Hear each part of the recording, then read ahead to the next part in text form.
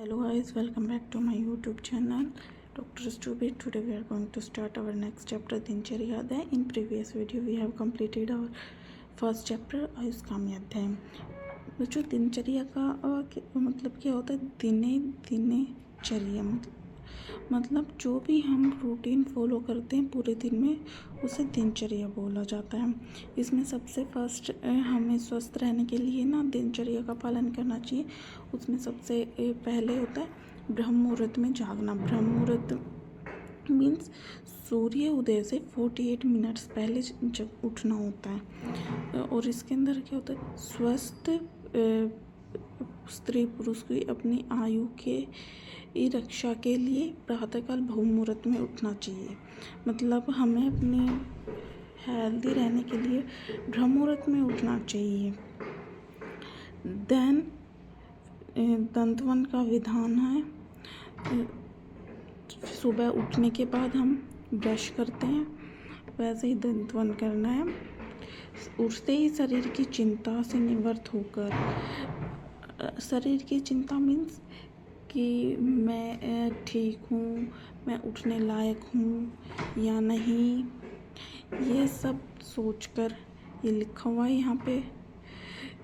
चिंता से निवृत्त होकर अर्थात मैं उठने योग्य हूँ नहीं, ऐसा विचार कर यदि वह अपने को दिनचर्या करने योग्य समझे तो शौच विधि मीन्स मलमूत्र त्याग करके जल आदि से शुद्ध करने के बाद उस अर्क, बरगद, खैर, बबूल, करंज, ककुम्ब मीन्स अर्जुन आदि वृक्षों की पतली शाखा लेकर दंतवन करना चाहिए.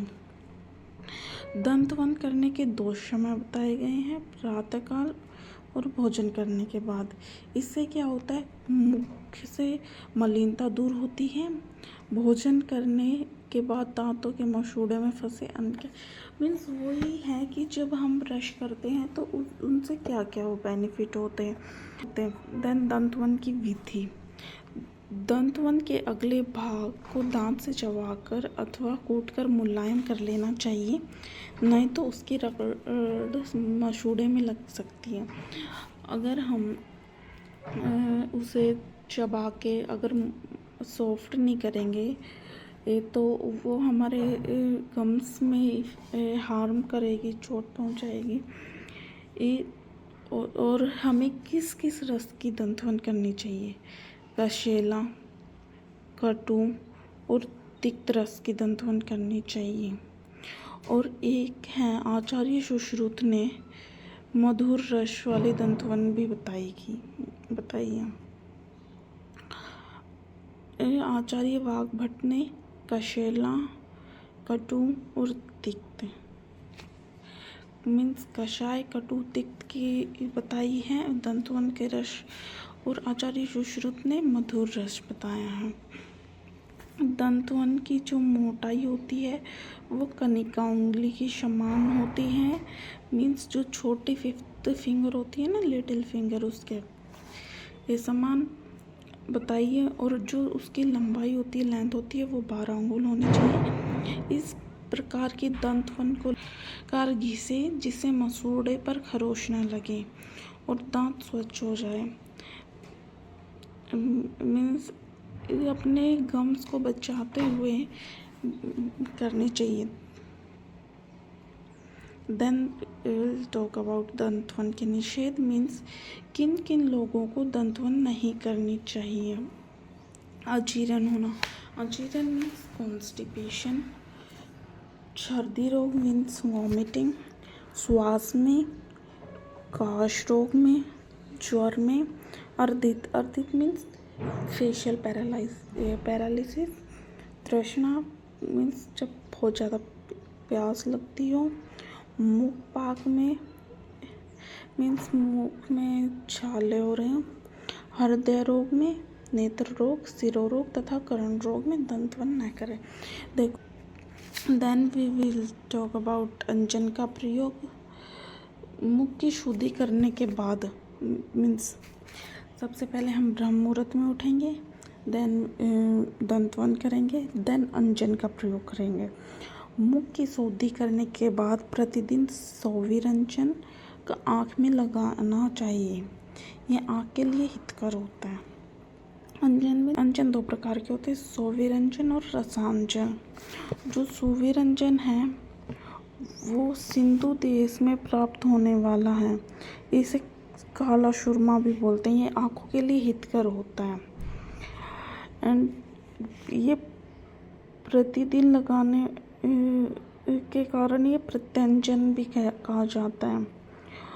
जो रसांजन होता है वो तीक्ष्ण होता है, इसलिए वो सप्ताह में एक बार लगाना चाहिए, प्रयोग करना चाहिए। 7 दिन में एक बार, क्योंकि जो चक्षु होते हैं वो अग्निगुण प्रधान होते हैं और जो रसांजन होता है वो भी तीक्ष्ण होता है। तो अगर हम डेली यूज़ करेंगे तो वो हमारी आइज़ को हार्म करेगा, और जब हम सप्ताह में एक दिन लगाएंगे तो वो हमारी आइज़ के अंदर कफ होता है, वो रसांजन तीक्ष्ण होने के कारण वो बाहर निकल जाता है। Then we will study about नस्य का सेवन। नस्य होता है कि जब हम अंजन का प्रयोग कर लेंगे तब नस्य लेंगे। नस्य के बाद फिर हम गंडूश करेंगे, धूमपान तथा तांबूल का सेवन करेंगे। गंडूश होता है हम मुख में इतना औषध द्रव्य भर लें कि वो हिले ना अंदर। जैसे हम कवल करते तो वो अंदर हिल सकता है द्रव्य, लेकिन गंडूस में मुंह को फुल भर लिया जाता है। धूमपान होता है कि औषध की धूमवती बनाकर और फिर धूमपान किया जाता है। तांबुल में क्या होता है, जब भोजन के प्रति इच्छा अधिक करता है, मुख को स्वच्छ करता है, सुगंधित देता है, और इसको मुख में रखकर तत्काल नहीं निगलना चाहिए।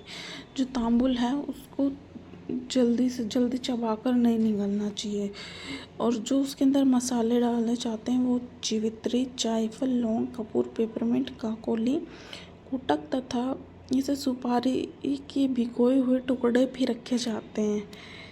इसके सेवन करने से पान हृदय के लिए प्रिय होता है।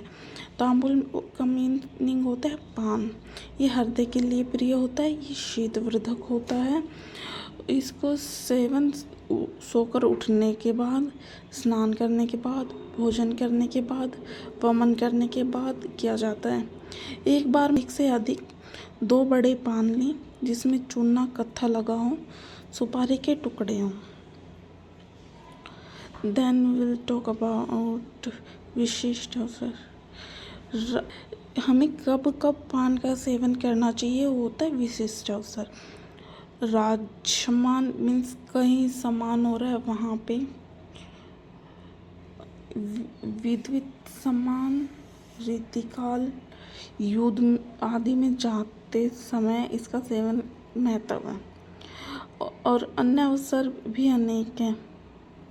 सेवन विधि, कैसे सेवन करना चाहिए, पान की जड़ की डंडी और आगे का भाग काट देना चाहिए, तभी उसमें चूना कत्था लगाकर सुपारी आदि मसाले डालने चाहिए, जो मसालों का ऊपर वर्णन है, और जो इसके पहले पीक को थूक कर फिर रसपान करना चाहिए।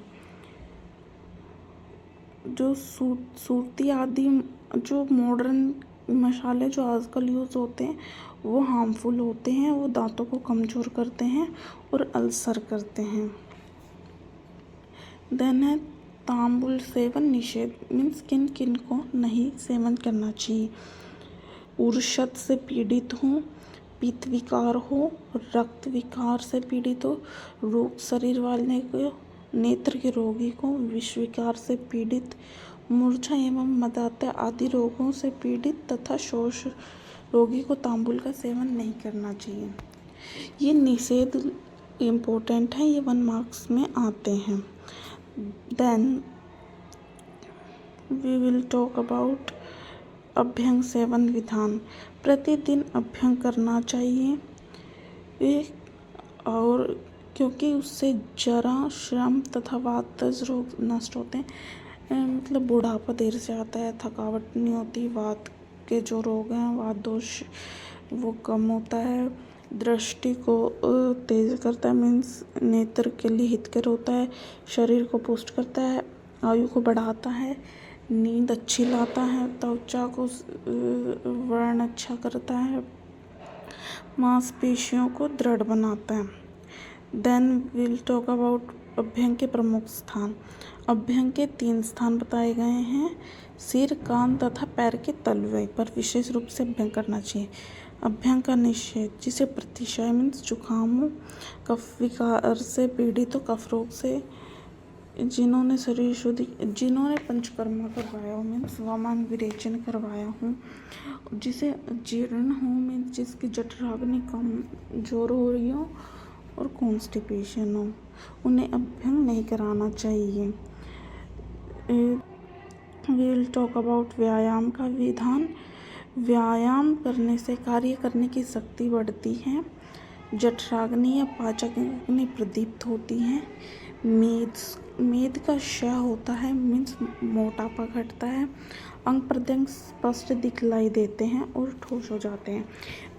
इसमें व्यायाम का श्लोक विलन करना, लांघवम कर्म सामर्थ्य दीप्तो अग्नि मेदशय विविक्त घनगात्रत्वम व्यायामात उपजयते मीन्स व्यायाम से शरीर में हल्कापन आता है, काम करने की शक्ति बढ़ती है, अग्नि का दीपन होता है, मेद का क्षय होता है, अंग प्रत्यंग में गौरवता आती है।